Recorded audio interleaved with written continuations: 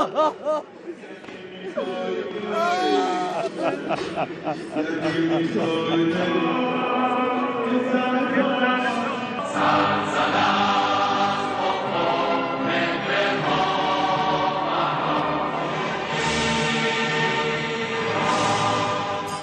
از تهران آمدم، از شهری که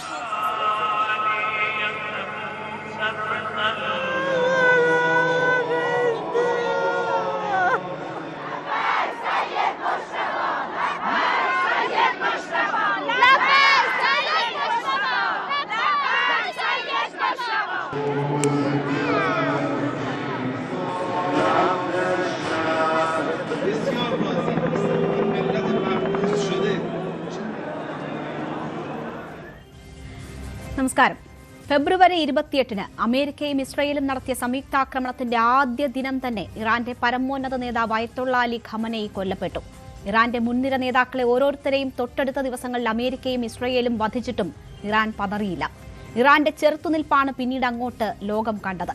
4 മാസം കൊണ്ട് ലോകത്തെ ഊർജ്ജ പ്രതിസന്ധിയിലാക്കി സമ്പദ് വ്യവസ്ഥകളെ ആകെ ഉലച്ചു പശ്ചിമേഷ്യൻ യുദ്ധം.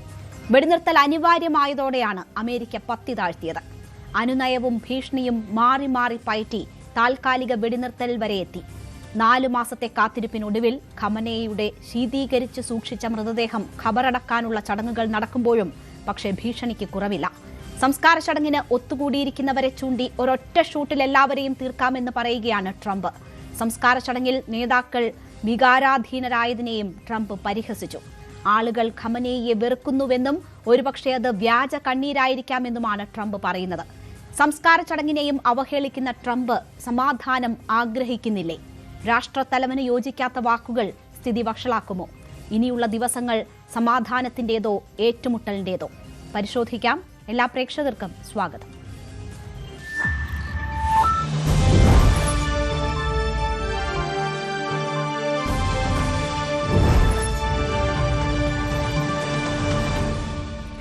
ഡോക്ടർ മോഹൻ വർഗീസ് വിദേശകാര്യ വിദഗ്ധൻ, നിർമ്മൽ എബ്രഹാം വിദേശകാര്യ വിദഗ്ധൻ, ഡോക്ടർ ഐസക് ജോൺ മാധ്യമപ്രവർത്തകൻ, സജിമോൻ ആന്റണി മാധ്യമപ്രവർത്തകൻ എന്നിവരാണ് ചർച്ചയിൽ പങ്കെടുക്കുന്നത്. ആദ്യം ഡോക്ടർ മോഹൻ വർഗീസ്.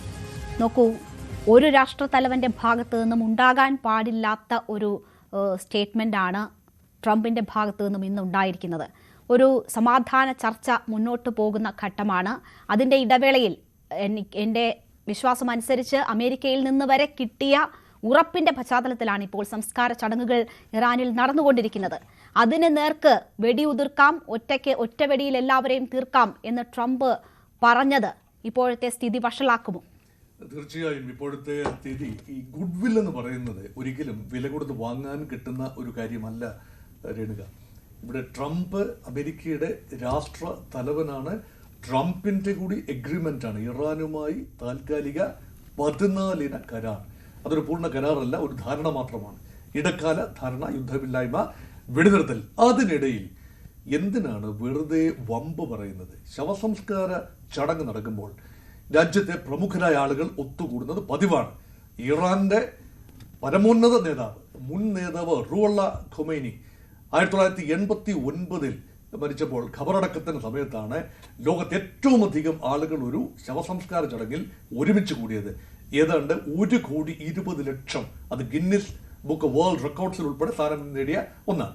അതിനേക്കാൾ അന്ന് 6 കോടിയായിരുന്നു ഇറാന്റെ ജനസംഖ്യ. ഇന്ന് ഇറാന്റെ ജനസംഖ്യ 9 കോടിയാണ്. ഒരു 1.5 കോടിക്കും 2 കോടിക്കും ഇടയിൽ ജനങ്ങളെ ശവസംസ്കാര ശുശ്രൂഷയുടെ ഖോമിൽ വെച്ചും ടെഹ്റാനിൽ വെച്ചും അതിനുശേഷം മഷാദിൽ, ഈ അന്തിമ വിശ്രമ സ്ഥലമായ മഷാദിൽ വെച്ചും ഒക്കെ നടക്കുന്ന സംസ്കാരം. അതിനു മുൻപ് തന്നെ ഇറാഖിലേക്ക് ഭൗതിക ശരീരം കൊണ്ടുപോകേണ്ടതുണ്ട്. ഷിയ കേന്ദ്രങ്ങളായ നജാബിലും കർബലായിലും എല്ലാം ചടങ്ങുകളുണ്ട്. അവിടെ എല്ലാം ഒത്തുകൂടുന്ന ലക്ഷക്കണക്കിന് ആളുകളുണ്ട്. അവർക്ക് നേരെ വെടിയുതിർക്കുമെന്നാണോ ട്രംപ് ഉദ്ദേശിക്കുന്നത്?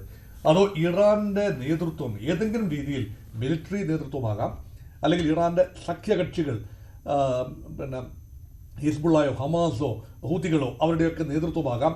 അവരൊക്കെ തന്നെ പല ഇടങ്ങളിലായി വെച്ച് നടക്കുന്ന ശവസംസ്കാര ചടങ്ങിൽ പങ്കെടുക്കുന്നുണ്ട്. അവരെല്ലാം ഒറ്റയടിക്ക് വക വരുത്താൻ തനിക്ക് കഴിയുമെന്ന് പറഞ്ഞാൽ കഴിയാത്തതൊന്നുമല്ല. പക്ഷേ ഇതിനൊക്കെ ഒരു ഔചിത്യ ബോധം വേണ്ടേ? അമേരിക്കയ്ക്ക് ശക്തിയുണ്ട്. ശക്തി ഉള്ളത് കൊണ്ട് മാത്രം മറ്റൊരു രാജ്യത്ത് കടന്നു കയറി ഇങ്ങനെയൊരു സംസ്കാര ശുശ്രൂഷ വേളയിൽ ഈ നാശനഷ്ടങ്ങൾ ഉണ്ടാക്കും എന്ന് പറയുന്നത് ഒരു തരം വമ്പ് പറച്ചിലാണ്, വങ്കത്വമാണ്. ആത്യന്തികമായി പറഞ്ഞാൽ ഒരു ആത്മവിശ്വാസ കുറവാണ്. ഇത് ഒരിക്കലും നയതന്ത്രപരമായി അനുവദനീയമായ ഒരു കാര്യമേ അല്ല. പക്ഷേ Iran is trying to give a message to the world.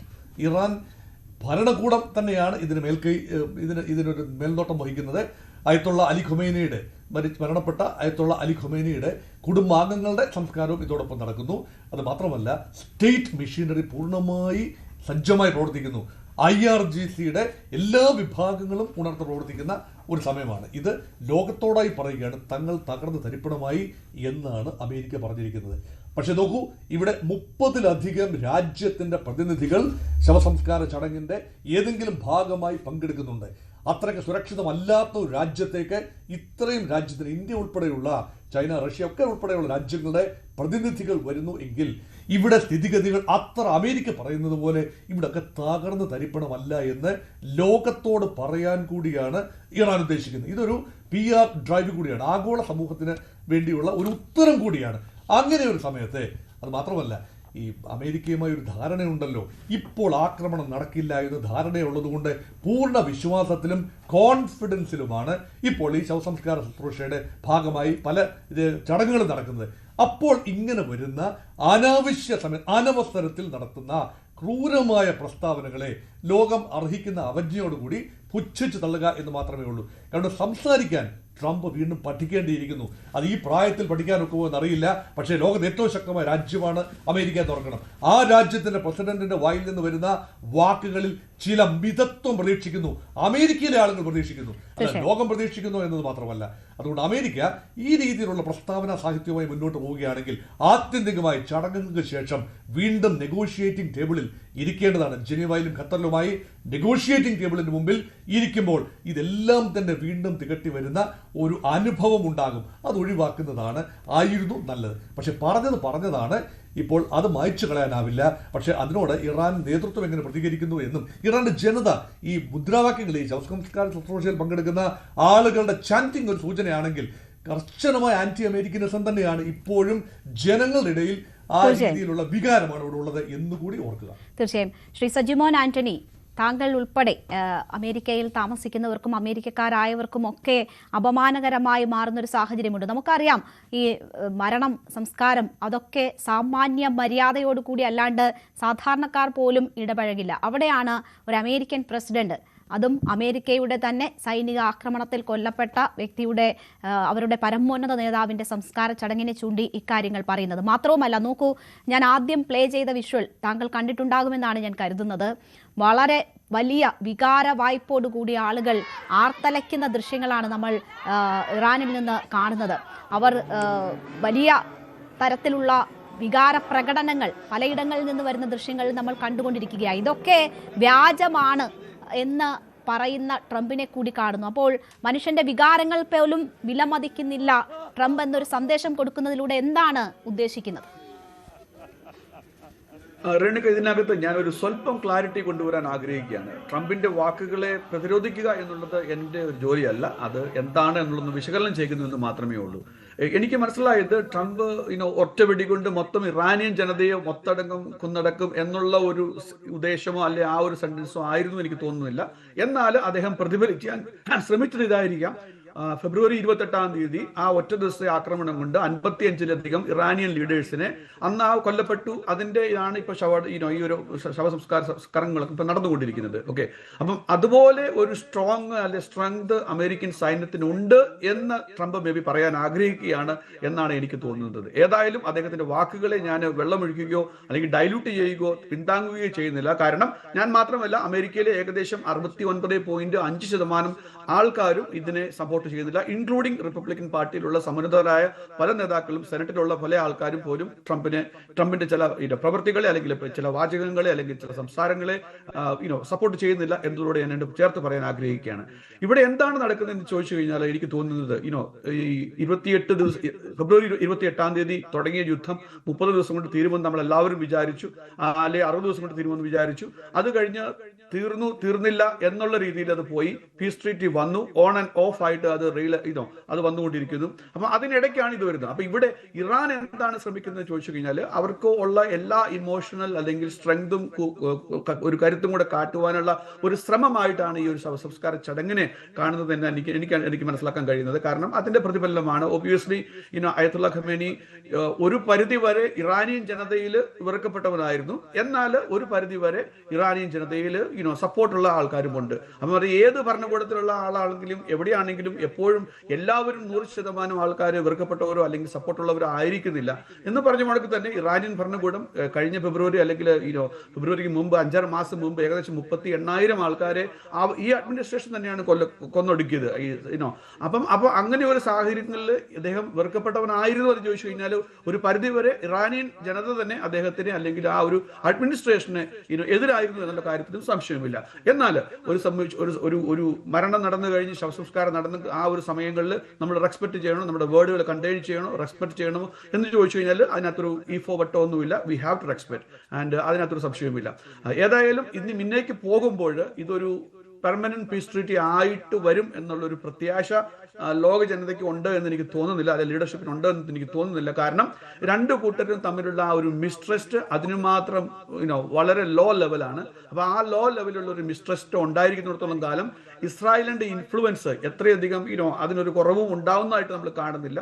അപ്പൊ അങ്ങനെ ആ ഒരു ഡയറക്ഷൻ ഉള്ളിടത്തോളം കാലം ഇത് ഓൺ ആൻഡ് ഓഫ് ആയിട്ട് ആ ഒരു റീജിയൻ അല്പം കലുഷിതമായിരിക്കും എന്നുള്ള കാര്യത്തിൽ സംശയമില്ല. കലുഷിതം ആകാതിരിക്കട്ടെ എന്ന് ഞാൻ ആഗ്രഹിക്കുന്നു. പക്ഷേങ്കിൽ നമ്മൾ ഫാക്റ്റുകൾ വിശകലനം ചെയ്യുമ്പോൾ, ഇവിടെ ഇരുന്ന് വിശകലനം ചെയ്യുമ്പോഴും നിങ്ങൾ അവിടെ ഇരുന്ന് വിശകലനം ചെയ്യുമ്പോഴും ഇതൊരു പെർമനന്റ് സൊല്യൂഷനായി വന്ന് ആർക്കും ഒരു പീസ് അക്കോർഡ് പെർമനന്റ് ആയിട്ട് വന്ന് പെട്ടെന്ന് ഒരു നോബൽ പ്രൈസ് അങ്ങനെ ഒരു സ്ഥിതിയിലേക്ക് വരുമെന്ന് എനിക്ക് തോന്നുന്നില്ല. കാരണം എന്ത് റീസൺ ആയിരുന്നു അമേരിക്ക അവിടെ പോയിരുന്നത്? റീസൺ എന്തായിരുന്നു? ഒന്ന് മിലിറ്ററി റീസൺ ആയിരുന്നു, ബാലിസ്റ്റിക് മിസൈലിന്റെ ഇഷ്യൂസ്, ന്യൂക്ലിയർ ബോംബിന്റെ ഇഷ്യൂസ്. രണ്ടാമത്തേത് പൊളിറ്റിക്കൽ റീസൺ ആയിരുന്നു. കാരണം ഖമനേയി ഭരണകൂടത്തെ അട്ടിമറിച്ച് അമേരിക്ക ഫേവർ ആയിട്ടുള്ള ജനതയെ ഡെമോക്രസിയിലൂടെ ആഗ്രഹിക്കുന്ന ഒരു ലീഡർഷിപ്പിനെ കൊണ്ടുവരിക എന്നുള്ളതായിരുന്നുവെങ്കിൽ അതൊക്കെ പാർഷ്യലി മാത്രമേ നടന്നു എന്നുള്ളത് നമ്മളെല്ലാവരും കണ്ടു കഴിഞ്ഞു. ഏതായാലും അതോടൊപ്പം നമ്മളെല്ലാവരും ലേൺ ചെയ്ത ഒരു പുതിയ ലെസനോടെ ഉണ്ട്, ഇൻക്ലൂഡിംഗ് ട്രംപ് അഡ്മിനിസ്ട്രേഷൻ. അതാണ് നമ്മൾ പല ചർച്ചകളിൽ ഇതിന് മുമ്പ് പറഞ്ഞു മുടക്ക് തന്നെ ഹോർമുസ് എന്നൊരു ന്യൂക്ലിയർ ബോംബ്. കാരണം ഇതിനു മുമ്പ് നമ്മൾ ന്യൂക്ലിയർ ബോംബിനെ ആയിരുന്നു ഏറ്റവും വലിയ ബോംബ് എന്ന് കരുതുവാണെങ്കിൽ ഇപ്പം നമ്മളൊരു പുതിയ ഒരു റിയാലിറ്റി സംസാരിക്കുമ്പോൾ ഹോർമുസ് കടലെടുക്കാണ് അതിനേക്കാളും വലിയൊരു എന്താ പറയുക, അതിന് മുമ്പ് ഈ പറഞ്ഞ ബാലിസ്റ്റിക് മിസൈൽ അല്ലെ മറ്റ് വെപ്പൺസിനേക്കാളും കൂടുതലായിട്ട് ഇമ്പോർട്ടൻസ് ആയിട്ടുള്ള ആണെന്ന് നമുക്ക് കാണാൻ സാധിച്ചു. ലോകം അത് കണ്ടറിയുകയും ചെയ്തു. കാരണം അതിന്റെ ഒരു സൈഡ് ഇഫക്റ്റ് നിങ്ങൾക്ക് ഇന്ത്യയിൽ മാത്രമല്ല ഞങ്ങൾക്ക് ഇവിടെ അമേരിക്കയിലും ചൈനയിലും യൂറോപ്പിലാകമാനം ഗൾഫ് റീജിയനിലും മൊത്തം ആ ഒരു അതിന്റെ സൈഡ് ഇഫക്റ്റ് നമ്മൾ കാണുകയും ചെയ്തു. അപ്പോൾ നമ്മൾ എന്തിനു വേണ്ടി അവിടെ പോയോ, പൊളിറ്റിക്കൽ റീസൺ ആയിരുന്നു അല്ലെങ്കിൽ മിലിറ്ററി റീസൺ ആയിരുന്നുവെങ്കിൽ ഇക്കണോമിക്കൽ സൈഡ് ഇഫക്റ്റ് വാങ്ങി നമ്മൾ ഇപ്പൊ ഇവിടെ നിൽക്കുകയാണ് എന്നാണ് എനിക്ക് പറയാൻ കഴിയുന്നത്. ശരി, ഓക്കെ, ഞാൻ താങ്കളിലേക്ക് തിരിച്ചെത്താം. ശ്രീ നിർമ്മൽ എബ്രഹാം, ശ്രീ സജിമോൻ ആന്റണി ചൂണ്ടിക്കാണിച്ചതുപോലെ തന്നെ ഒരു ശാശ്വതമായ സമാധാനം ആ മേഖലയിൽ ഉടൻ ഉണ്ടാകുമെന്ന് നമ്മൾ പ്രതീക്ഷിക്കുന്നില്ല. പക്ഷേ ചർച്ചകളിലൂടെ ഈ വെടിനിർത്തൽ എത്രമാത്രം നീട്ടിക്കൊണ്ടു പോകാം അതാണ് ലോകം ഉറ്റുനോക്കുന്നത്. ഇവിടെ നോക്കൂ, എപ്പോഴാണ് ഈ യുദ്ധത്തിനുള്ള സമയം ഇസ്രയേലും അമേരിക്കയും തെരഞ്ഞെടുത്തതെന്ന് നോക്കിയാൽ വലിയ രീതിയിൽ ഇറാനിൽ ആഭ്യന്തര പ്രശ്നങ്ങൾ കൊടുമ്പിരി കൊണ്ടിരിക്കുന്ന ഒരു സമയത്താണ് ഈ അവസരം അവർ കണ്ടെത്തുന്നത്. പക്ഷേ ഇന്ന് ഇറാനിൽ നിന്ന് വരുന്ന ദൃശ്യങ്ങൾ നോക്കിയാൽ ഖമനേയെ ഓർത്ത് വാവിട്ട് കരയുന്ന ജനങ്ങളെയാണ് നമ്മൾ കാണുന്നത്. എല്ലായിടത്തും ഈ സംസ്കാര ചടങ്ങിന്റെ ഭാഗമായിട്ടുള്ള ചടങ്ങുകൾ നടക്കുന്ന എല്ലായിടത്തും വലിയ ജനക്കൂട്ടം കാണുന്നു. അത് ഒരു ചരിത്രമായി മാറാൻ പോകുന്നു. 2 കോടിയോളം ആളുകളെയാണ് ഇറാൻ പ്രതീക്ഷിക്കുന്നത്. അവർ വലിയ രീതിയിലുള്ള ഒരുക്കങ്ങൾ അതിനുവേണ്ടി നടത്തുന്നുണ്ട്. ജനങ്ങളുടെ ഈ വികാര വായ്പ് ലോകം കണ്ടുകൊണ്ടിരിക്കുകയാണ്. ലോകത്തിനുള്ള ഇറാന്റെ മറുപടി തന്നെയാണോ അത്? ജനങ്ങളുടെ ഇറാൻ ഭരണകൂടത്തോടുള്ള ഇപ്പോഴത്തെ സമീപനം എന്ത് എന്നതിൻ്റെ ഒരു ടെസ്റ്റ് കൂടിയാകും ഈ സംസ്കാര ചടങ്ങുകളെന്ന് നേരത്തെ തന്നെ കരുതിയിരുന്നതാണ്. അപ്പോൾ ഇറാനിൽ നിന്ന് വരുന്ന ദൃശ്യങ്ങൾ നൽകുന്ന സൂചന എന്താണ് ലോകത്തിന് ആ ദൃശ്യങ്ങൾ നൽകുന്നത്? രണ്ട് രീതിയിൽ ഇതിനെ കാണാം. ഒന്ന്, ഇപ്പൊ ഈ ട്രംപ് പറഞ്ഞ കാര്യത്തിനെ ബേസ് ചെയ്ത് കാണുവാണെന്നുണ്ടെങ്കിൽ ഒരു കാര്യം പലപ്പോഴും തെറ്റിദ്ധരിക്കപ്പെട്ടു പോകുന്നത് ഇറാനില് ഒരു റിച്വൽ ആണ് ഈ പറയുന്ന പോലെ പ്രധാനപ്പെട്ട റിലീജിയസ് ലീഡേഴ്സ്. കാരണം ഖമേനി ഒരു പൊളിറ്റിക്കൽ ലീഡർ മാത്രമല്ല, ഒരു റിലീജിയസ് ലീഡർ കൂടെയാണ്, അല്ല ഒരു സ്പിരിച്വൽ ലീഡർ കൂടെയാണ്. അങ്ങനെയുള്ള ആളുകള് മരിക്കുമ്പം വാവിട്ട് നെഞ്ചടിച്ച് കരയുക എന്നുള്ളത് അവിടുത്തെ ഒരു റിച്വലാണ്. അതായത് നമ്മുടെ നാട്ടിലൊരു അടക്കിന് പോയി കഴിഞ്ഞാൽ നമ്മൾ കരയുന്നതിന് തുല്യമാണ് അവിടെ നെഞ്ചത്ത് അടിച്ചു കരയും. അപ്പൊ അത് വളരെ നോർമൽ ആയിട്ടൊരു കാര്യമാണ്, മാത്രമല്ല റിച്വൽ ആണ്. അത് അങ്ങനെ തന്നെ ചെയ്തേ പറ്റൂ. ഇത്രയും റെസ്ട്രിക്റ്റഡ് ആയിട്ടുള്ള ഡിക്റ്റേറ്ററിയൽ ആയിട്ടുള്ള ഒരു റെജീമിന് കീഴിൽ ഉള്ള ജനങ്ങൾ അത് ചെയ്തേ തീരും. അതാണ് അതിന്റെ ഒരു വാസ്തവം. അപ്പൊ അതിൻ്റെ അകത്ത് എത്ര ശതമാനം ആളുകളാണ് ആത്മാർത്ഥമായിട്ട് അത് ചെയ്യുന്നതെന്ന് നമുക്ക് കറക്റ്റ് അറിയില്ല. എങ്കിലും ഏറെക്കുറെ ഒരു ഓൾഡർ ഫോക്ക്, പ്രായമുള്ള പഴയ ജനറേഷനുള്ള ആളുകൾ, സ്പിരിച്വൽ ആയിട്ട് റിലീജിയസ് ആയിട്ടുള്ള ആളുകളൊക്കെ തന്നെ അദ്ദേഹത്തിന്റെ സപ്പോർട്ടേഴ്സ് ആണ്. മാത്രമല്ല യുദ്ധം തുടങ്ങിയതിന് ശേഷം ആ വികാരം, ആ സെന്റിമെന്റ് കുറച്ചൊക്കെ മാറിയിട്ടുണ്ട്. അതുകൊണ്ട് തീർച്ചയായിട്ടും ഒരു രാജ്യം എന്നുള്ള നിലയ്ക്ക് അല്പം കൂടെ യുണൈറ്റഡ് ആയി ഇറാൻ യുദ്ധം തുടങ്ങിയ സമയത്തെ പോലല്ല. എന്നാൽ ഈ പറയുന്ന ആചാരം എന്നതിനെ നമ്മൾ ഭയങ്കര സങ്കടം എന്നുള്ളതോ അല്ലെങ്കിൽ വാവിട്ട് കരയുന്നതോ നെഞ്ചത്തടിക്കുന്നതുമായിട്ട് കണക്കാക്കേണ്ടത് അത് റിച്വൽ ആണ്. ഇപ്പൊ തമിഴ്നാട്ടിൽ നമ്മൾ പോയിട്ടുണ്ടെങ്കിൽ അറിയാം, ഈ പറഞ്ഞ പോലെ ഒരു കിടക്കയില് ശവശരീരം കൊണ്ട് നടന്ന് ഫ്രണ്ടില് റിലേറ്റീവ്സും ബന്ധുക്കളും എല്ലാം തുള്ളി നടക്കുന്ന, അതിന് തേരുകൂത്തുന്നോ മറ്റോ പറയുന്നത്, അങ്ങനെ ഒരു ആചാരമാണ്. അപ്പൊ അതുകൊണ്ട് അതിനെ ഏത് രീതിയിൽ വേണമെങ്കിലും വ്യാഖ്യാനിക്കാം. എങ്കിലും യുണൈറ്റഡ് ആണോ എന്നുള്ളൊരു താങ്കളുടെ ചോദ്യത്തിന് മറുപടി തീർച്ചയായിട്ടും യുദ്ധത്തിന്റെ സമയത്തെ പോലല്ല. ഇപ്പൊ അല്പം കൂടെ യുണൈറ്റഡ് ആണ്. യുദ്ധം സംഭവിച്ചതുകൊണ്ടും ഇത്തരം റെസിസ്റ്റ് ചെയ്തതുകൊണ്ടും ആളുകൾ തീർച്ചയായിട്ടും യുണൈറ്റഡ് ആണ്. ഇനി മറുവശം ട്രംപ് ഇവിടെ ശ്രമിക്കുന്നത് അതേ എപ്പോഴും ഒരു പവർ പ്ലേയുടെ ആളാണ്. രണ്ട് കാര്യം നമുക്ക് തീർച്ചയായിട്ടും, ഒന്ന് ഡിപ്ലോമസിയുടെ കേസിൽ ട്രംപ് വട്ടപൂജ്യമാണ് എന്ന് തന്നെ പറയേണ്ടി വരും. ഒരിക്കലും ഡിപ്ലോമാറ്റിക് ആയിട്ടൊരു കാര്യത്തെ നേരിടാനോ നെഗോഷിയേറ്റ് ചെയ്യാനോ അദ്ദേഹത്തിന് അറിയില്ല. അതിന്റെ ഒരു പോരായ്മ ഇവിടെയും കാണിച്ചു. രണ്ടാമത്തെ കാര്യം, ഈ ഡിപ്ലോമാറ്റിക് അല്ലാതെ വരുന്ന സിറ്റുവേഷനിൽ ഇദ്ദേഹം ചെയ്യുന്നത് പവർ പ്ലേ ആണ്. അതായത് നേരത്തെ സൂചിപ്പിച്ച പോലെ തന്നെ എനിക്ക് വേണമെന്ന് വെച്ച് കഴിഞ്ഞാൽ ഇതെല്ലാം ഒറ്റയടിക്ക് അവസാനിപ്പിക്കാം എന്നുള്ളൊരു സൂചന ഇതുകൊണ്ട് തരുന്നു. മാത്രമല്ല മറ്റു രീതികളിൽ അദ്ദേഹം ഇൻഫ്ലുവൻസ് ചെയ്യാൻ നോക്കുന്നത്. ഇന്നോ ഇന്നലെ അദ്ദേഹം ഒരു പോസ്റ്റ് ഇട്ടു, അമേരിക്ക ഇറാൻ യുദ്ധം തുടങ്ങിയതിനു ശേഷം ഫെബ്രുവരി 28 മുതൽ 4.5 മാസത്തിനിടയിൽ ആകെ മരിച്ചത് 13 അമേരിക്കക്കാരാണ് ഇറാൻ യുദ്ധത്തിൽ. എന്നാൽ ഷിക്കാഗോയിൽ തന്റെ ഒപ്പോസിഷനായ ഡെമോക്രാറ്റ്സ് ഭരിക്കുന്ന ഷിക്കാഗോയിൽ 273 പേര് മരിച്ചിട്ടുണ്ട്. അപ്പൊ ശരിക്കും നിങ്ങൾ നോക്കൂ, കൂടുതൽ ഡാമേജ് ഞാൻ കാരണമാണോ ഉണ്ടായത്, അതോ എന്റെ ഒപ്പോസിഷൻ പാർട്ടിയെ ഡെമോക്രാറ്റ് പാർട്ടി ഭരിച്ച സ്റ്റേറ്റ്സിലാണോ ഉണ്ടാകുന്നത് എന്നൊരു ചോദ്യം മുന്നോട്ട് വെക്കുന്നു. അതുകൊണ്ടൊക്കെ അദ്ദേഹത്തിനെ ന്യൂട്രലൈസ് ചെയ്യാൻ ശ്രമിക്കുകയാണ്, ഈ നടന്ന ഡാമേജിനെയൊക്കെ ന്യൂട്രലൈസ് ചെയ്യാൻ ശ്രമിക്കുകയാണ്. അതേപോലെ ഉള്ള ഒരു സംസാര രീതിയാണ് അദ്ദേഹത്തിന്റെ. അപ്പൊ അതുകൊണ്ട് ഇതിനെ ഒരു ഡാമേജ് കൺട്രോൾ ആയിട്ടോ പവർ പ്ലേ ആയിട്ടോ നമുക്ക് കാണാം. ട്രംപ് അറിഞ്ഞുകൊണ്ട് തന്നെ ചെയ്യുന്നതാണ്.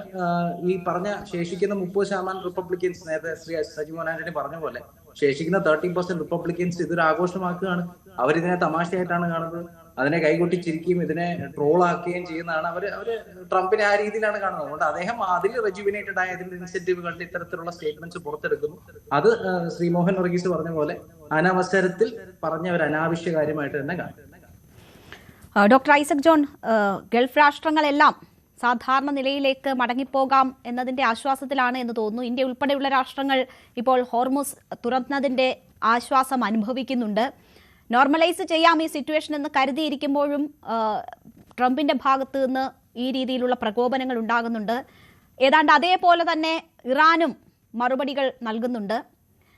ഈ സംസ്കാര ചടങ്ങുകൾ തുടങ്ങുമ്പോൾ തന്നെ ഖമനയുടെ മരണത്തിന് പകരം ചോദിക്കും എന്ന് IRGC പ്രഖ്യാപിച്ചിട്ടുണ്ട്.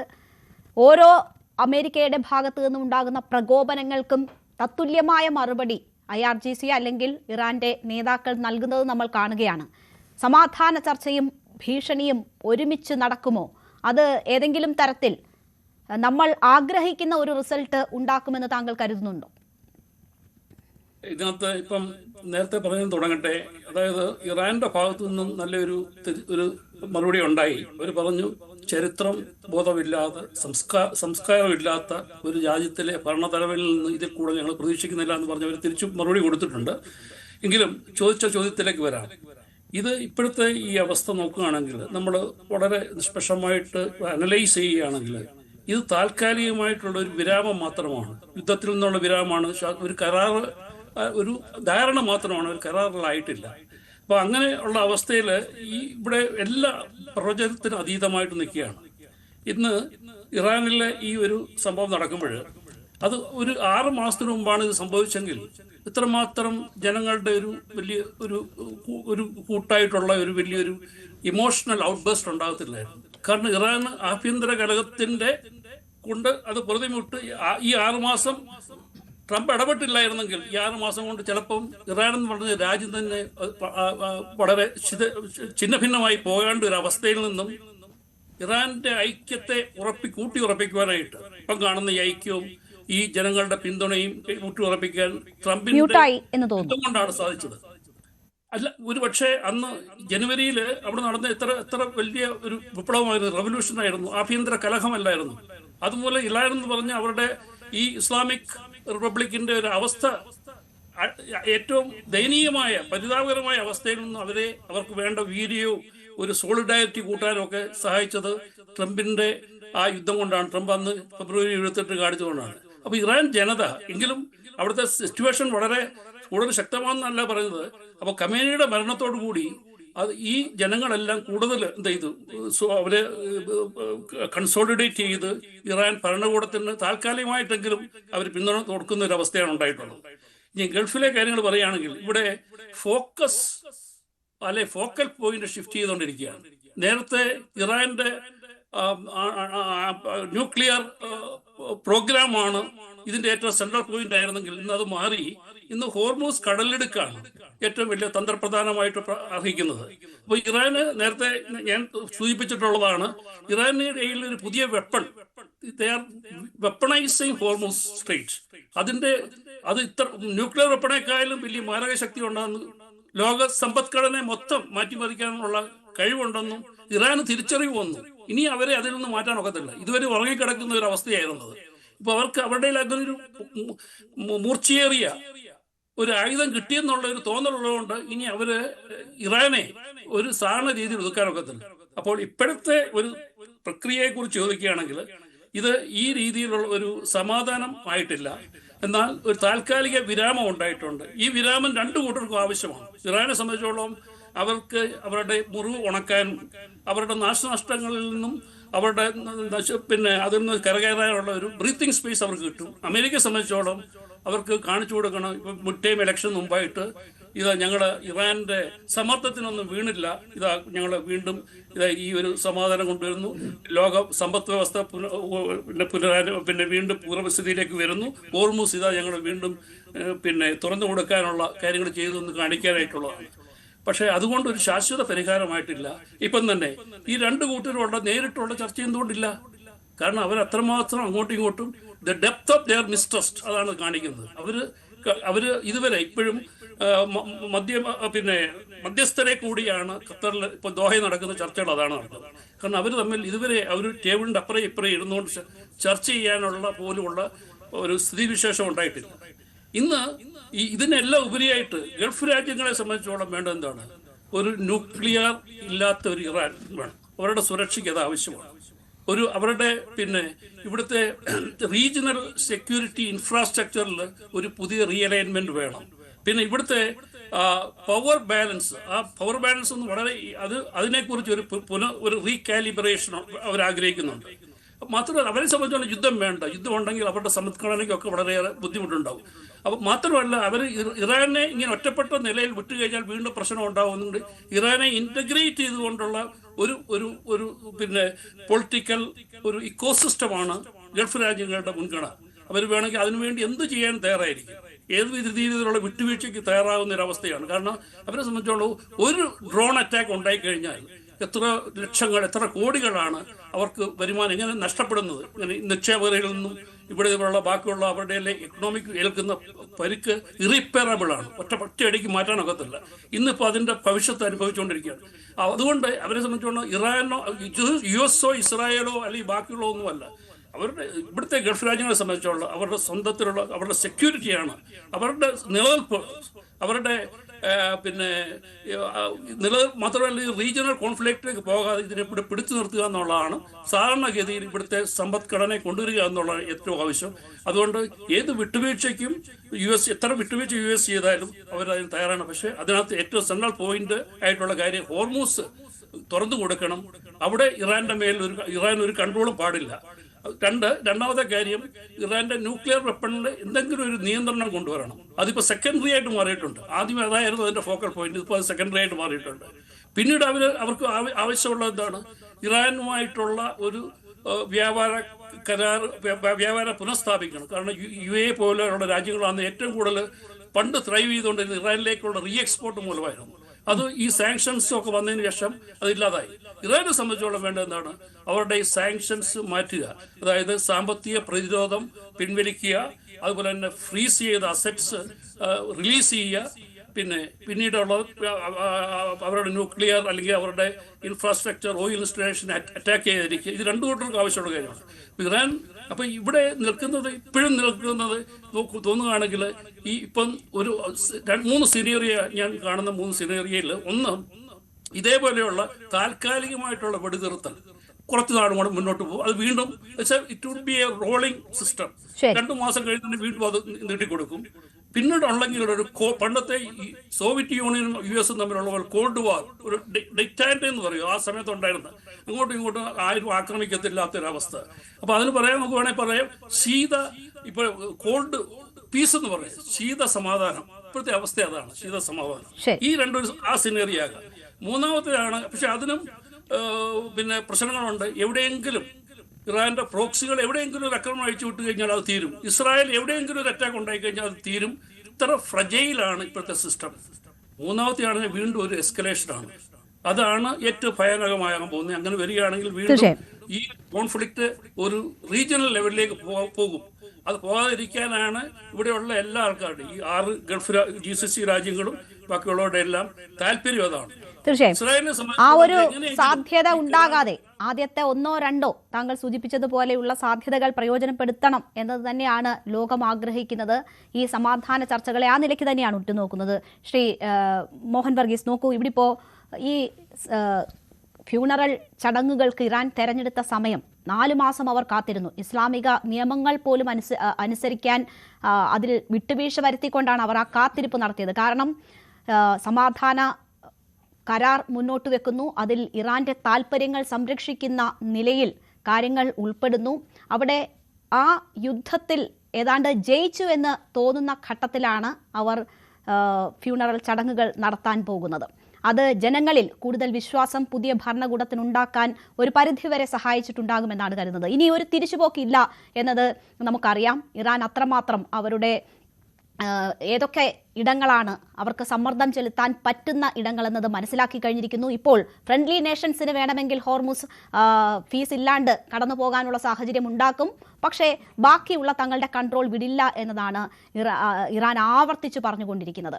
അപ്പോൾ ഇറാനെ പ്രകോപിപ്പിച്ചുകൊണ്ട്, ഇറാന്റെ ആവശ്യങ്ങൾ ഇല്ലാതാക്കിക്കൊണ്ട്, നേരത്തെ പറഞ്ഞിട്ടുള്ള കാര്യങ്ങളിൽ ഊന്നി ഒരു സമാധാനം എന്നത് ഇനി സാധ്യമല്ല എന്ന് ഉറപ്പായി കഴിഞ്ഞിരിക്കുന്ന ഒരു ഘട്ടമല്ലേ ഇത്? അതെ, അങ്ങനെ ഏതാണ്ട് ആ രീതിയിലാണ് ഇറാൻ പ്ലാൻ ചെയ്തത്. ദീർഘമായ 4 മാസങ്ങൾ. ഈ 4 മാസമൊക്കെ സാധാരണ ഒരു ഇസ്ലാമിക രീതി അനുസരിച്ച് ഒരാൾ മരണപ്പെട്ട് കഴിഞ്ഞാൽ എത്രയും പെട്ടെന്ന് ശവസംസ്കാരം നടത്തുക, അതാണ് ന്യായം, അതാണ് രീതി. പക്ഷേ സവിശേഷമായ ചില സാഹചര്യങ്ങളിൽ വേണമെങ്കിൽ ഈ എംബാം ചെയ്യാതെ, രാസവസ്തുക്കൾ ഉപയോഗിച്ച് ശരീരം ലേപനം ചെയ്യാതെ ശീതീകരിച്ച് വേണമെങ്കിൽ സൂക്ഷിക്കാം. അത് പ്രത്യേക അവസരങ്ങളിൽ മാത്രം, അതിനുള്ള അനുവാദം മാത്രമേ ആ ഒരു സംസ്കാരം നൽകുന്നുള്ളൂ. അത് പൂർണ്ണമായി പ്രയോജനപ്പെടുത്തി വളരെ സുരക്ഷിതമായ ഇടത്ത്, അമേരിക്കയുടെ കണ്ണുകൾ, ജാരക്കണ്ണുകൾ എത്താത്ത ഒരിടത്ത് വളരെ സുരക്ഷിതമായ രീതിയിൽ ആ ശരീരം സൂക്ഷിക്കുകയും എംബാം ചെയ്യാതെ തന്നെ ശീതീകരിച്ച് സൂക്ഷിക്കുകയും ഏറ്റവും അനുകൂലമായ സാഹചര്യം വന്നു എന്ന് ഇറാന് ബോധ്യമായപ്പോൾ, ഇറാന്റെ ഭരണകൂടത്തിന് ബോധ്യമായപ്പോൾ ശവസംസ്കാര ചടങ്ങ് നടത്തി എന്നതാണ് വാസ്തവം. ഇനി നോക്കൂ, ഈ 4 മാസത്തിനുള്ളിൽ എങ്ങനെയാണ് ഇറാൻ അനുകൂല സാഹചര്യം എത്തിച്ചു നിർത്തിയത്?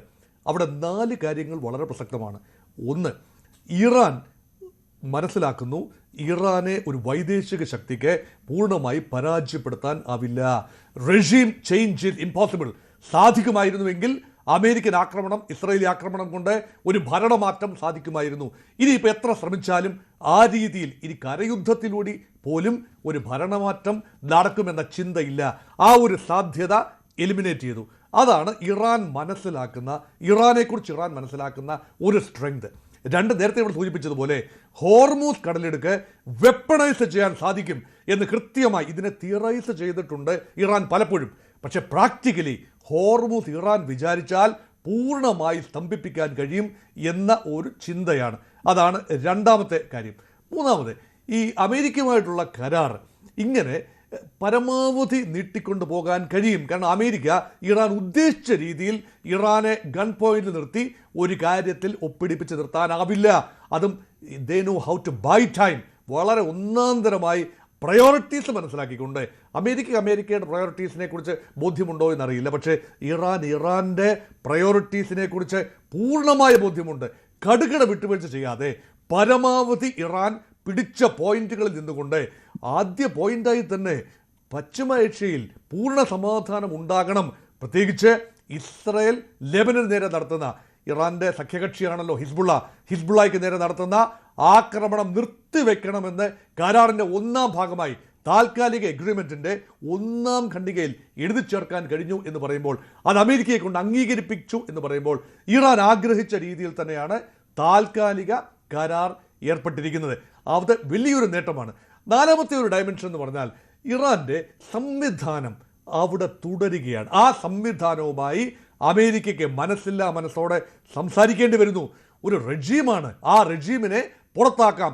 ഹെൽപ്പ് പീസ് അറ്റ് ഹാൻഡ് എന്നാണല്ലോ അമേരിക്ക പറഞ്ഞിരുന്നത്. ഇറാൻ ജനതയോട് പറഞ്ഞിരുന്നത്, നിങ്ങൾ ഒന്ന് ക്ഷമിക്കൂ, ഒന്ന് സഹിക്കൂ, നിങ്ങളുടെ ഭരണകൂടത്തെ നിങ്ങൾക്ക് തള്ളിയിടാൻ കഴിയും, ഞങ്ങളിതാ നിങ്ങൾക്ക് സഹായവുമായി എത്തുന്നു. അതേ ജനം തന്നെ അമേരിക്കയോട് കടക്ക് പുറത്തു എന്ന് വലിയ രീതിയിൽ പറയുന്ന ഒരു കാഴ്ചയാണ് ശവസംസ്കാര ചടങ്ങിൽ കാണുന്നത്. ഇറാൻ്റെ വളരെ ശരിയാണ്. എനിക്ക് മുൻപ് സംസാരിച്ച പാനലിസ്റ്റുകളെല്ലാം പറഞ്ഞ അഭിപ്രായത്തോട് ഞാൻ പൂർണ്ണമായി യോജിക്കുകയാണ്. അതായത് ഇറാൻ ഒരു ഒരു ഒരു ഒരു ക്രോസ് റോഡ്സിലെത്തി നിൽക്കുകയായിരുന്നു. ഒരു ഡിസംബർ 2025 ജനുവരി 2026 കാലഘട്ടത്തിൽ എങ്ങോട്ടും തിരിയാവുന്ന രീതിയിൽ ഇറാൻ്റെ അവസ്ഥ, ആഭ്യന്തരമായ സാഹചര്യം വളരെ സ്ഫോടനാത്മകമായിരുന്നു. ജനങ്ങളുടെ റിസെൻറ്റ്മെൻറ്റ് വളരെ അധികമായിരുന്നു. വേണമെങ്കിൽ ഒരുപക്ഷെ ആഭ്യന്തരമായി തന്നെ വലിയ കലഹങ്ങൾ ഉണ്ടാകാമായിരുന്നു. അതിന് സൂചനയുണ്ടായിരുന്നു. തെരുവിൽ വൻ പ്രക്ഷോഭങ്ങൾ ഉണ്ടായിരുന്നു. അയത്തുള്ള അലി ഖൊമേനിക്ക് എതിരെ തന്നെ മുദ്രാവാക്യം വിളിക്കുന്ന ജനങ്ങളെ അവിടെ അന്ന് കാണുകയുണ്ടായി. പക്ഷേ അതിനുശേഷം അമേരിക്കയുടെ ആക്രമണം ഫെബ്രുവരി 22, 2026 അന്ന് മുതൽ ഒരാളെയും തെരുവിലെങ്ങും കണ്ടില്ല. ഒരു പ്രക്ഷോഭവും ഇറാൻ ഗവൺമെൻറ്റിനെതിരെ കണ്ടില്ല. ഇറാനിയൻ ജനത പൂർണ്ണമായി IRGC നയിക്കുന്ന, അല്ലെങ്കിൽ മുജ്തബ ഖൊമേനി നയിക്കുന്ന ആ ഒരു ക്രമത്തിനോടൊപ്പം ചേർന്ന് നിൽക്കുന്നു.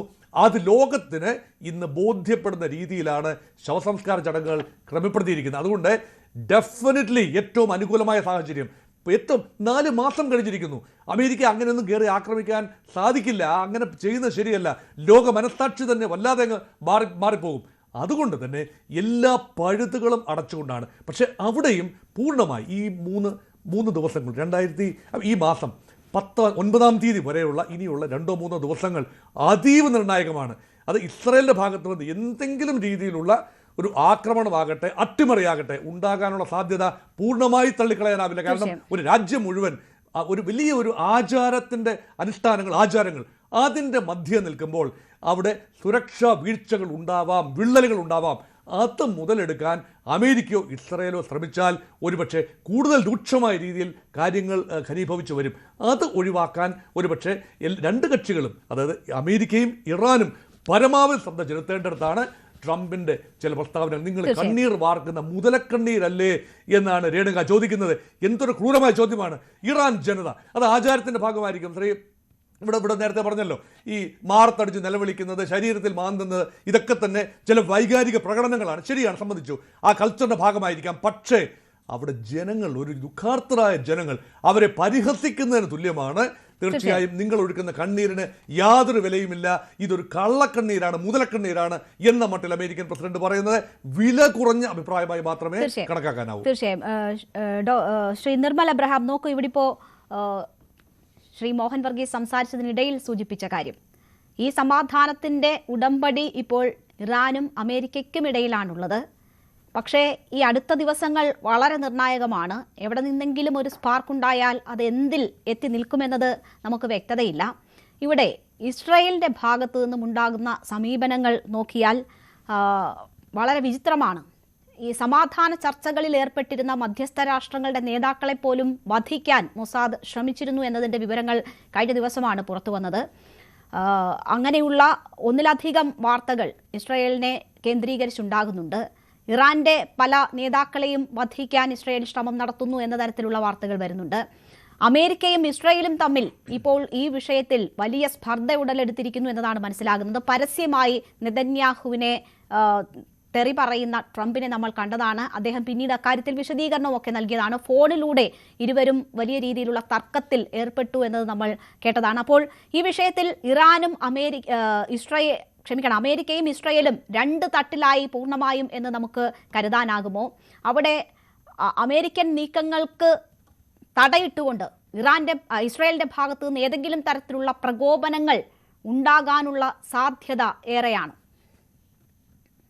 ഇസ്രായേലിന്റെ സൈഡിൽ നിന്ന് പ്രകോപനം ഉണ്ടാകാനുള്ള സാധ്യത ഇന്നും നിലനിൽക്കുന്നു തന്നെ ഞാൻ പറയും. കാരണം ഇസ്രായേലിന്റെയും മൊസാദിന്റെയും ഹിസ്റ്ററി പരിശോധിച്ചാൽ അറിയാം, സമയമോ സാഹചര്യമോ സെന്റിമെന്റോ ഒന്നും നോക്കുന്നില്ല. ഒരു അവസരം കിട്ടിയാൽ, പച്ച മലയാളത്തിൽ പറഞ്ഞു കഴിഞ്ഞാൽ ഒരു അവസരം കിട്ടിയാൽ തട്ടിക്കളയും എന്ന മെന്റാലിറ്റിയാണ് മൊസാദിനും അതേപോലെ ഇസ്രായേലിനും ഉള്ളത്. പല കാര്യങ്ങൾക്കും ചരിത്രം തെളിയിച്ചിട്ടുള്ളതാണ്. അതുകൊണ്ട് ഈവൻ ട്രംപ് തമാശ രൂപേണ പറഞ്ഞ ഈ കാര്യം പോലും, അതായത് ഫ്യൂണറലാകുമ്പോൾ എല്ലാവരെയും ഒരുമിച്ച് കിട്ടും, അതുകൊണ്ട് വേണമെന്ന് വെച്ചാൽ ഞങ്ങൾക്ക് ഇത് ചെയ്യാം എന്ന് പറയുന്നതിൽ 1% ഞാൻ മാറ്റി വെച്ചിട്ടുണ്ട്. 99% അതിനെ തള്ളിക്കളയുന്നുണ്ടെങ്കിലും. കാരണം ഇസ്രായേൽ അത് ചെയ്താലും അത്ഭുതപ്പെടാനില്ല. പക്ഷെ ഒരു മാസ് ആയിട്ടൊരു മർഡർ അല്ല ഉദ്ദേശിക്കുന്നത്. അത് ഇസ്രായേലിനും അമേരിക്കയ്ക്കും എതിരെ തിരിയാനുള്ള എല്ലാ സാധ്യതയുണ്ട്. അതായത് ഇത്രയധികം കോടിക്കണക്കിന് ജനങ്ങൾ ഒത്തുകൂടുന്ന ഒരു സ്ഥലത്ത് അങ്ങനെ ഒരു അറ്റാക്ക് നടത്തുന്നത് പോസിബിൾ അല്ല, പ്രാക്ടിക്കലി പോസിബിൾ അല്ല. അങ്ങനെ നടത്തി കഴിഞ്ഞു കഴിഞ്ഞാൽ എന്ത് സംഭവിക്കുമെന്നൊരു ചോദ്യങ്ങളുണ്ട്. അത് ലോകത്തിന്റെ സിസ്റ്റത്തിന്റെ പരാജയമാണ്. ഞാൻ അതൊന്ന് ചോദിക്കാം, നമുക്ക് അങ്ങനെ ഒരു സിനാരിയോ ഇടാം.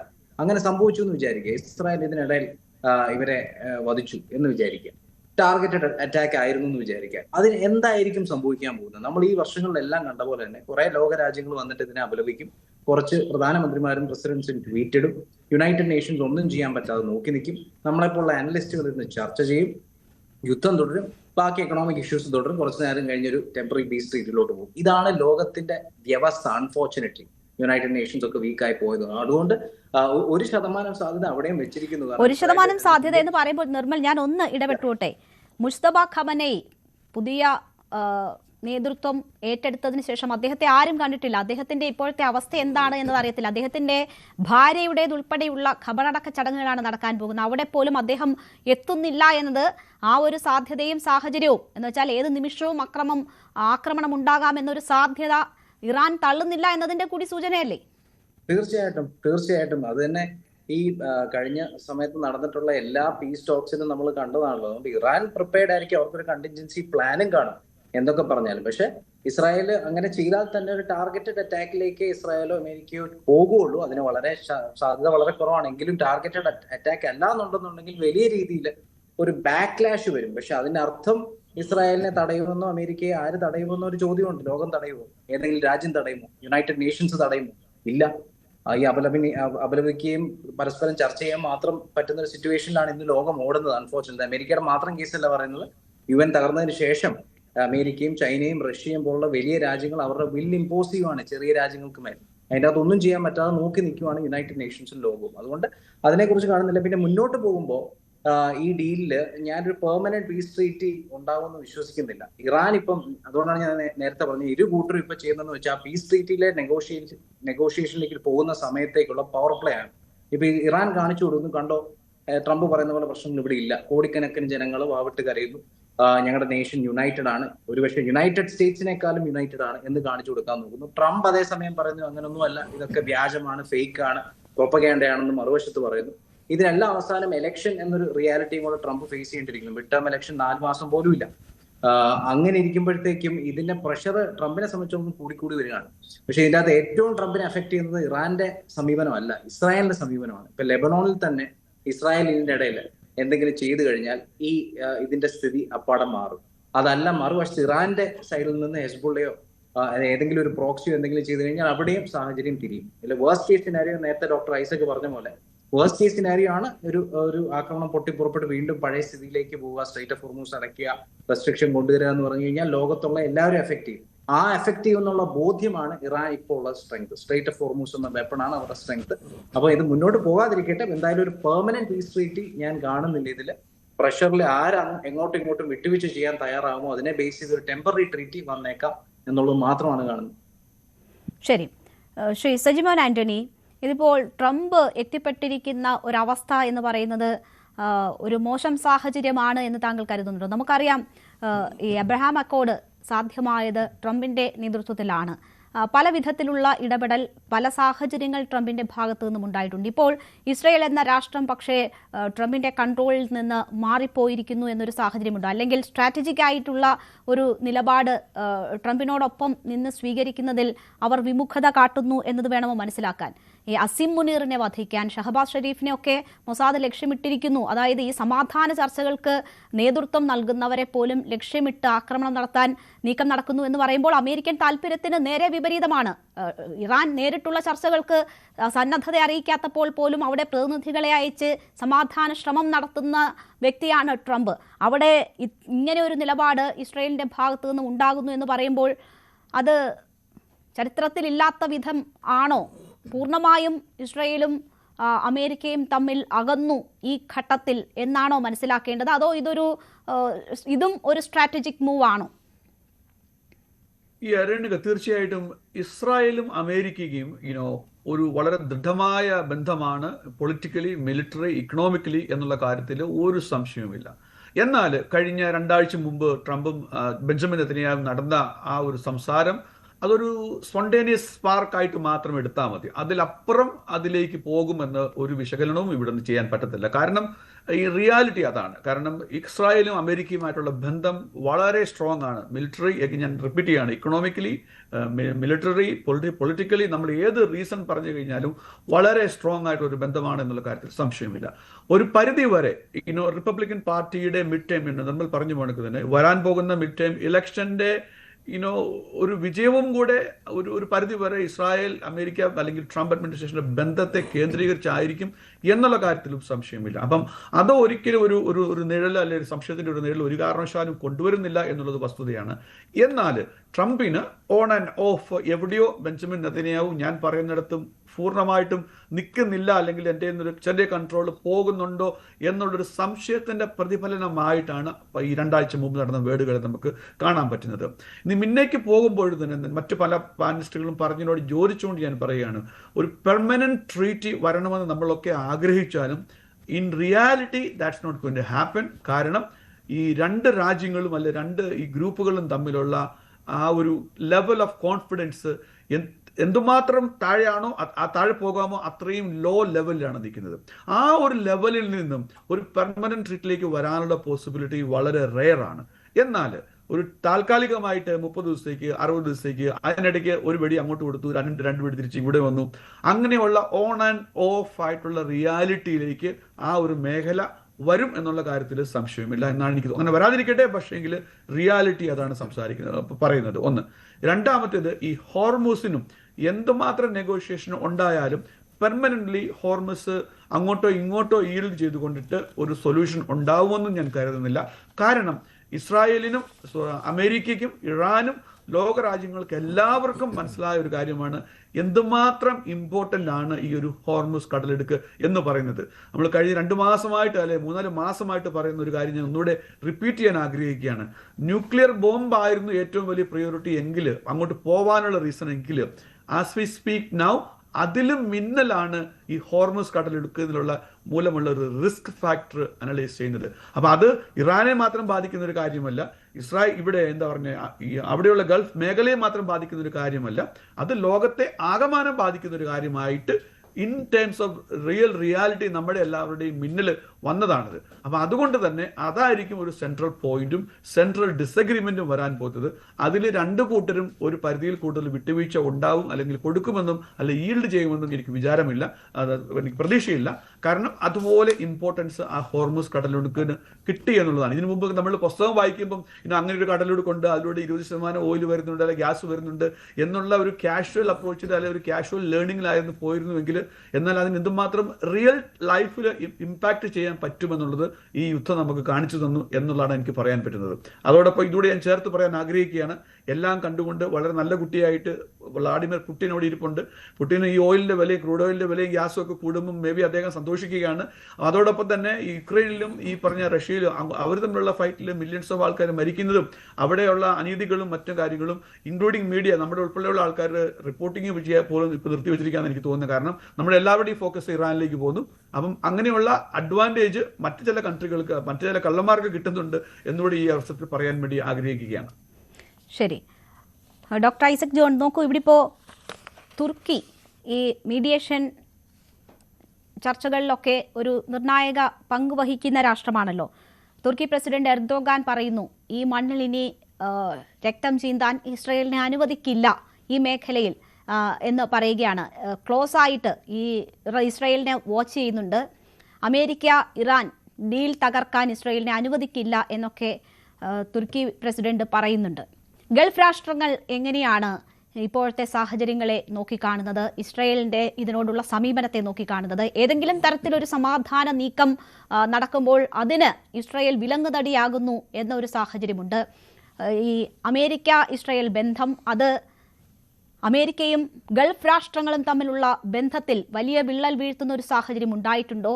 എപ്പോഴും സംശയമുനയോടുകൂടി മാത്രം ഇസ്രയേലിനെ സമീപിക്കുക എന്നതിലേക്ക് ഗൾഫ് രാഷ്ട്രങ്ങൾ തിരിച്ചു പോകുന്ന ഒരു സാഹചര്യമാണോ ഈ യുദ്ധം സൃഷ്ടിക്കുക?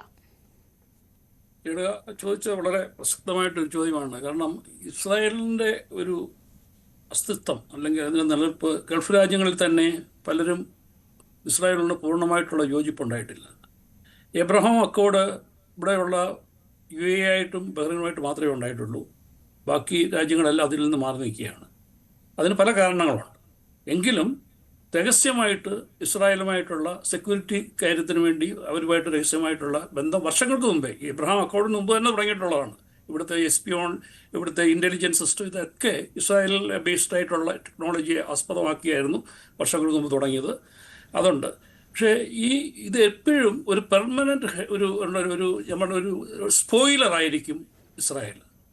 അവർ ഇപ്പോൾ ഈ സമാധാന കരാറിൽ അതിനൊരു ധാരണ ഉണ്ടായിക്കഴിഞ്ഞാൽ സ്പോയിലർ സ്പോർട്സ് എന്ന് പറഞ്ഞാൽ ഇവർ ഏത് സമയത്ത് വേണമെങ്കിലും അതിനെ അവർക്ക് വിചാരിച്ചു കഴിഞ്ഞാൽ അതിനെ തകർക്കാൻ വേണ്ടി ഏതെങ്കിലും ഒരു എക്സ്ക്യൂസ് അവർ കണ്ടെത്തും. ഈ എക്സ്ക്യൂസ് കൊടുക്കാനായിട്ട് നിൽക്കുകയാണ് അവിടെയുള്ള ഇറാൻ്റെ പ്രോക്സികൾ. അവർ ഒന്ന് ഞൂണ്ടും, ഇസ്രായേൽ തിരിച്ചടിക്കും.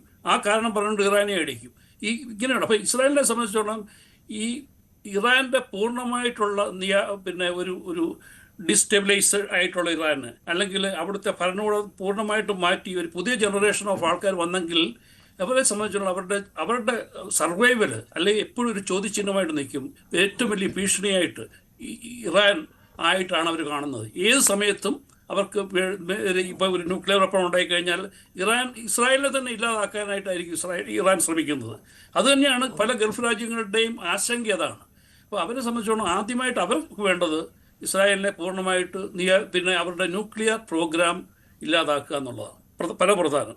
ട്രംപിനെ സംബന്ധിച്ച് അതിനേക്കാൾ ഉപരിയായിട്ട് വേണ്ടത് എന്താണ്? ഇന്നിപ്പോൾ ഹോർമൂസ് എന്ന് പറഞ്ഞ ആ കടലിടുക്ക് തുറന്നു കൊടുത്തില്ലെങ്കിൽ ഇവിടുത്തെ ലോക സമ്പദ്ഘടന തന്നെ താറുമാറുകളായി കഴിഞ്ഞു. ഇനി ഒരു 2 മാസം കൂടി ഈ അനിശ്ചിതാവസ്ഥ തുടങ്ങുകയാണെങ്കിൽ ഇവിടെ നടക്കാൻ പോകുന്ന എന്താണെന്ന്, ഈ ലോക സമ്പദ്ഘടനയിൽ ഉണ്ടാകുന്ന ഒരു ആഘാതം എന്താണെന്ന് നമുക്കിപ്പം പറയാനൊക്കത്തില്ല. കാരണം ഇവിടുത്തെ ഗൾഫിനെ സംബന്ധിച്ച് ഇപ്പം ഈ 2 മാസം, അതായത് ജൂലൈ ഓഗസ്റ്റ് ഒരു ലൾ സീസണാണ്. അവിടെ ഒന്നും നടക്കത്തില്ല. പണ്ട് മുതൽ ട്രഡീഷണൽ ആയിട്ടാണ്. സെപ്റ്റംബറിലേക്കാണ് എല്ലാ ആൾക്കാരും ഉറ്റു നോക്കിക്കൊണ്ടിരിക്കുന്നത്. ഈ സെപ്റ്റംബറിലും ഈ അനിശ്ചിതത്വം തുടങ്ങുകയാണെങ്കിൽ ഇവിടെ വീണ്ടും ഒരുപാട് സ്ഥാപനങ്ങൾ പൂട്ടും, ഒരുപാട് പേരുടെ ജോലി നഷ്ടപ്പെടും, വല്ലാത്ത ഒരു അവസ്ഥയുണ്ടാകും. അതുകൊണ്ട് ഇപ്പോൾ എല്ലാവരും ഒരേ ഒരു മനസ്ഥിതിയിലും പ്രാർത്ഥനയിലുമാണ്, പ്രതീക്ഷയിലുമാണ്. ഇപ്പോഴത്തെ ഈ ടെമ്പററി ആണെങ്കിൽ തന്നെ ഈ ട്രൂസ് അല്ലെങ്കിൽ ഈ ഒരു വെടിനിർത്തൽ ഇങ്ങനെ നീണ്ടുപോകുകയും അത് വീണ്ടും നീട്ടിക്കൊടുക്കുകയും ഇനി ഇടയ്ക്കിടയ്ക്ക് എന്തെങ്കിലും സംഘർഷം ഉണ്ടായി ടിറ്റ് ഫോർ ടാറ്റ്, ഇസ്രായേൽ ഒന്ന് അടിക്കും, ഉടനെ ഇറാൻ ഒരെണ്ണം അടിക്കും. അത് കൺട്രോൾഡ് എസ്കലേഷൻ ആയിരിക്കും. അത് കൺട്രോൾഡ് ആയിട്ടുള്ള ഒരു എസ്കലേഷൻ ചിലപ്പോൾ 1-2 ദിവസം നീണ്ടു നിൽക്കും. കാരണം എല്ലാവർക്കും ഒരേ ആവശ്യമുണ്ട്, ഒരു കാര്യത്തിൽ ധാരണയായിട്ടുണ്ട്. ഇതൊരു റീജിയണൽ വാറായിട്ട് മാറരുതെന്ന് എല്ലാവരും ആഗ്രഹിക്കുന്നു. 2, ഇതേപോലുള്ള ഈ ഒരു ഡിപ്ലോമാറ്റിക് ഒരു ഡോറ് ഒരിക്കലും അടച്ചിടാൻ പാടില്ലെന്ന് 2 കൂട്ടരും, ഇസ്രായേലും ഇറാനും US-ഉം ആഗ്രഹിക്കുന്നു, ഗൾഫ് രാജ്യങ്ങളും ആഗ്രഹിക്കുന്നു. അപ്പോൾ ഈ ചർച്ച മുന്നോട്ട് കൊണ്ടുപോവുകയും പിന്നെ ഈ രീതിയിലുള്ള ഒരു താൽക്കാലികമായിട്ടുള്ള യുദ്ധത്തിന് വിരാമം ഇട്ടുകൊണ്ട് ഇടയ്ക്കിടയ്ക്ക് എന്നാലും പ്രതീക്ഷിക്കാൻ. അവിടെ ഞാൻ ഒരൊറ്റ കാര്യം കൂടി ചോദിച്ചോട്ടെ. നേരത്തെ സജിമോൻ ആന്റണി എങ്ങനെയാണ് ഇസ്രായേൽ അമേരിക്ക ബന്ധം എന്നത് സൂചിപ്പിച്ചു. പക്ഷേ ഇറാന്റെ പ്രധാനപ്പെട്ട നേതാക്കളെയൊക്കെ വധിച്ചതിന് ശേഷം വന്ന നേതാക്കൾ ചർച്ചകൾക്ക് മുൻകൈ എടുക്കുന്നവരെ വധിക്കാൻ മൊസാദ് ലക്ഷ്യമിട്ടിട്ടുണ്ട് എന്ന കാര്യം അമേരിക്ക ഇറാന് ചോർത്തി നൽകി എന്നൊരു വാർത്ത കഴിഞ്ഞ ദിവസങ്ങളിൽ അമേരിക്കൻ മാധ്യമങ്ങൾ തന്നെ പുറത്തുവിട്ടിരുന്നു. അപ്പോൾ എങ്ങനെയാണ് ഗൾഫ് മേഖലയിൽ ഈ അമേരിക്കയുടെ സമാധാന ചർച്ചകളുടെ ആത്മാർത്ഥത സംബന്ധിച്ച് ഗൾഫ് രാഷ്ട്രങ്ങൾക്കുള്ള ഒരു ബോധ്യം എന്താണ്? അത് രേണു അത് നേരത്തെ പറഞ്ഞത് അത് വളരെ എല്ലാവരും അത് നിഷേധിച്ചിട്ടുണ്ട്. മൊസാദ് അങ്ങനെ വേണ്ടി ശ്രമിച്ചു എന്നുള്ളത്. അസീം മുനീറിനെ പൊതിക്കാനായിട്ട് ആദ്യമായിട്ട് അതിന് റിജക്ട് ചെയ്ത് അങ്ങനെ ഒരു പാകിസ്ഥാൻ മീഡിയയാണ്, പാകിസ്ഥാനിലെ ഗവൺമെൻറ്റാണ്.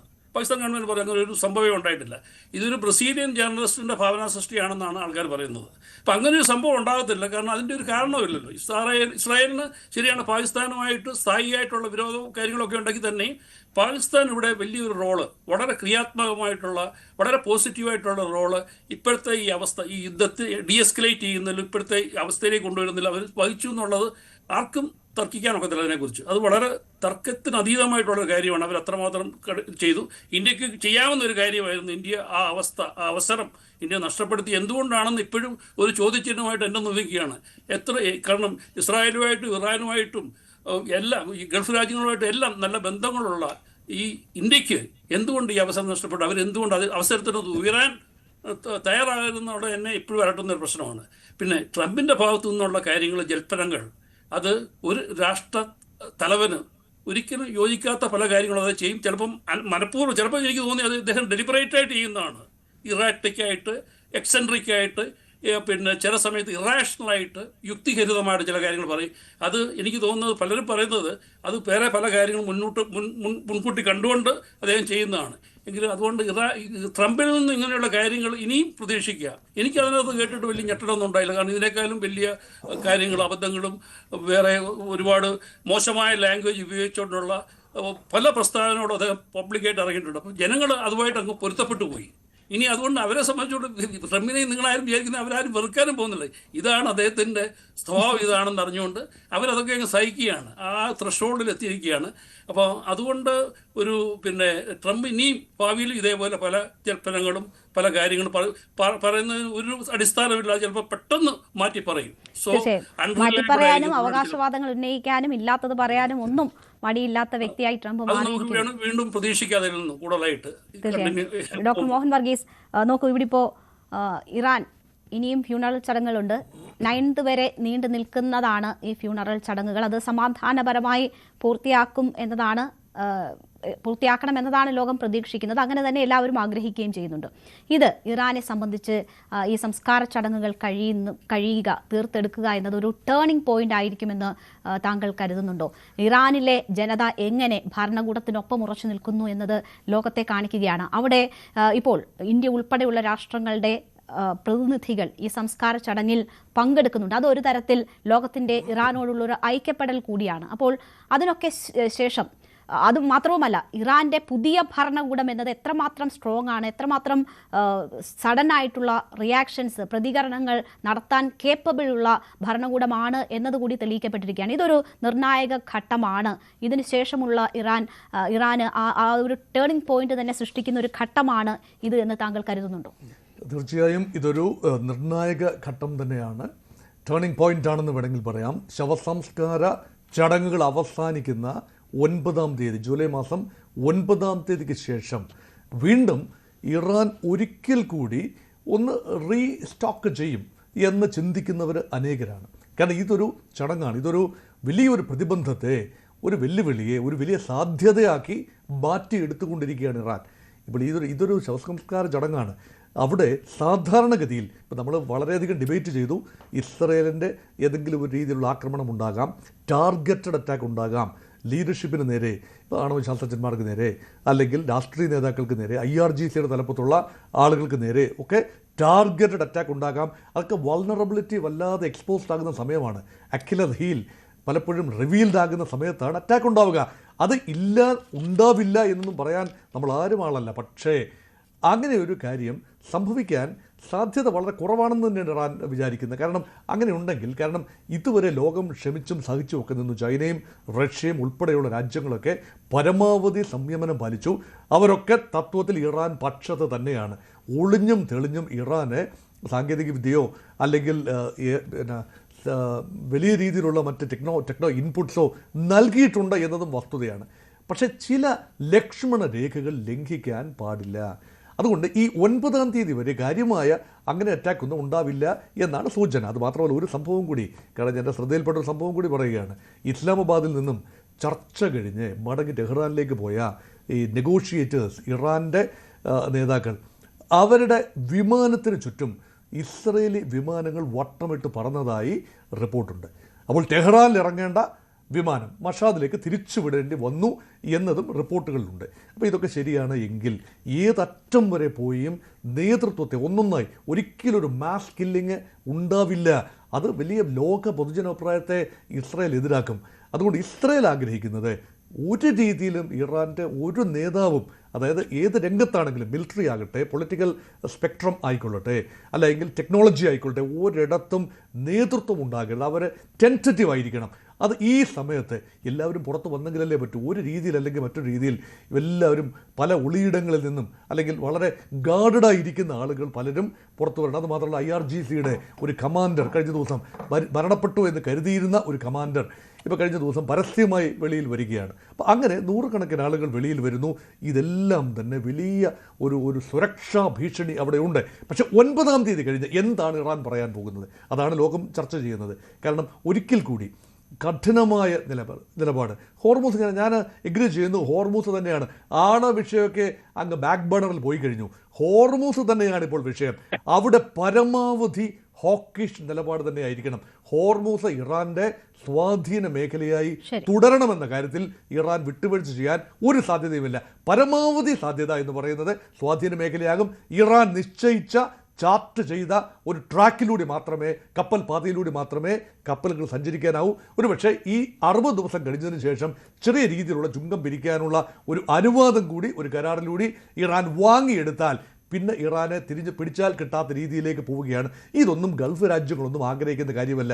അതുകൊണ്ട് വെളുക്കാൻ തെച്ചത് പാണ്ടായി ഇറാനെ പ്രകോപിപ്പിച്ച് അതുവരെ ഇല്ലാതിരുന്ന ഒരു ആനുകൂല്യം ഇറാനെ വെള്ളിത്താളത്തിൽ വെച്ച് നൽകുന്നതിന് തുല്യമായിരിക്കും. അതിലേക്ക് കാര്യങ്ങൾ എത്തിച്ചു നിർത്താനാവുമോ എന്ന ചിന്തയിലായിരിക്കും ശവസംസ്കാരത്തിന് ശേഷമുള്ള ഇറാന്റെ ചിന്തകൾ. ശരി, എന്തായാലും സമാധാന ചർച്ചകൾ ഈ ഫ്യൂണറലിന് ശേഷം തുടരുമോ എന്നതാണ് എല്ലാവരും ഉറ്റുനോക്കുന്നത്. പക്ഷേ അതിനൊരു തരത്തിലും അനുഗുണമല്ല ട്രംപിന്റെ ഈ പ്രകോപനം എന്നതും ഒരു യാഥാർത്ഥ്യമാണ്. ട്രംപിന്റെ പ്രകോപനം സമാധാന ശ്രമങ്ങളെ തകിടം മറിക്കുമോ എന്നതാണ് പ്രേക്ഷകരോട് നമ്മൾ ഇന്ന് ചോദിച്ച ചോദ്യം. അതേ എന്ന് പറയുന്നു 87% പേർ, അല്ല എന്ന് പറയുന്നത് 11% പേർ മാത്രം.